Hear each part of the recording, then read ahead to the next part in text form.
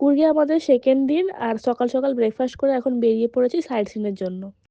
প্রথমে আমরা চলে গিয়েছিলাম গভর্নমেন্ট মিউজিয়ামে। তারপর বাস স্ট্যান্ড থেকে বাসে করে কুশলনগর স্ট্যান্ডে নেমে ওখান থেকে অটো রিজার্ভ করে চলে গিয়েছিলাম নামড্রোলিং মনেস্ট্রিতে।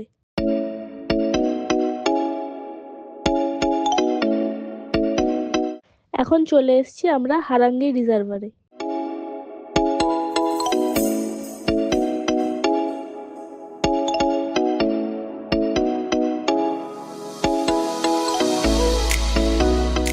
এখন আমরা লাঞ্চের জন্য চলে এসেছি বাস স্ট্যান্ডের পাশের একটা হোটেলে। লাঞ্চ করার পর এবার এসেছি আমাদের লাস্ট ডেস্টিনেশন নিশাগ্রামা রিজার্ভে।